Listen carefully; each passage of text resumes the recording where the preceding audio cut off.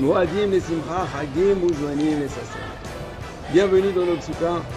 Et une petite question dans les halachot de Sukkot. Comment se fait-il que dans le Shulchan Aruch il est écrit que Mitztaer Basuka, Batur Minasuka, c'est-à-dire que celui qui est dérangé par la souka est dispensé de la mitzvah de la souka. On ne retrouve cette exemption dans aucune autre mitzvah. C'est-à-dire par exemple quelqu'un lorsqu'il mettrait son talit, s'il a trop chaud, on ne dit pas t'es pas tour de la souka.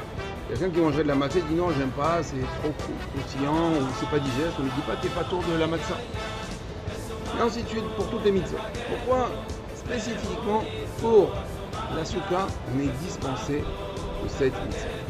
Alors il faut savoir que lorsqu'on accomplit la mitzvah de la souka, il faut avoir la ferveur et se rappeler que c'est en souvenir d'un Néné Kavod, des nuées de gloire que lorsque nous sommes sortis d'Égypte, Akadosh Baruch Hu a protégé les pays d'Israël des nuées de gloire. Ils avaient des nuées donc dans les 4 points cardinaux, à droite, à gauche, devant et derrière eux, 2 autres en dessous et au-dessus, et une 7e nuée qui était devant eux pour les diriger, pour leur montrer les choses. Donc ces nuées de gloire leur apportaient évidemment un bien-être. Il y avait l'air conditionné, le masgan. Il évitait aux scorpions, aux serpents de rentrer dans leur territoire.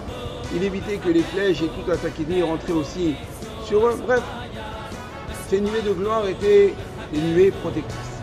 Et puisque lorsque nous accomplissons la mitzvah de la souka est en souvenir de ces nuées de gloire, alors si on est dérangé, eh bien, il manque une condition.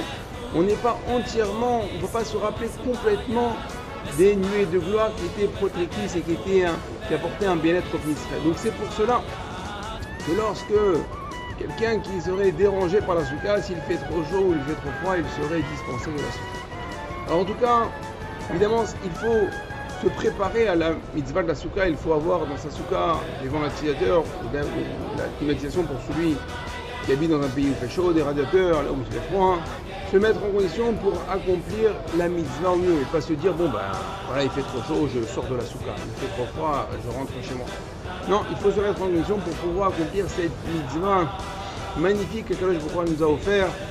Après les Sfarim Akdoshim dans le Zohar Kadosh dit que la souka sont les bras d'Akadosh Baruch Hu. Kadosh Baruch Hu nous prend dans ses bras après avoir passé Rosh Hashanah Yom Kippour. Nous sommes maintenant propres et lavés de toutes nos fautes. Akadosh Baruch Hu peut nous prendre dans les bras pendant 7 jours où nous sommes bercés dans les bras d'Akadosh Baruch Hu. Et c'est pour ça que une des raisons pour laquelle c'est Zman Simchatenu, parce que c'est une grande joie d'être dans les bras 24 heures sur 24 avec Akadosh Baruch Hu. Alors je vous dis à très bientôt.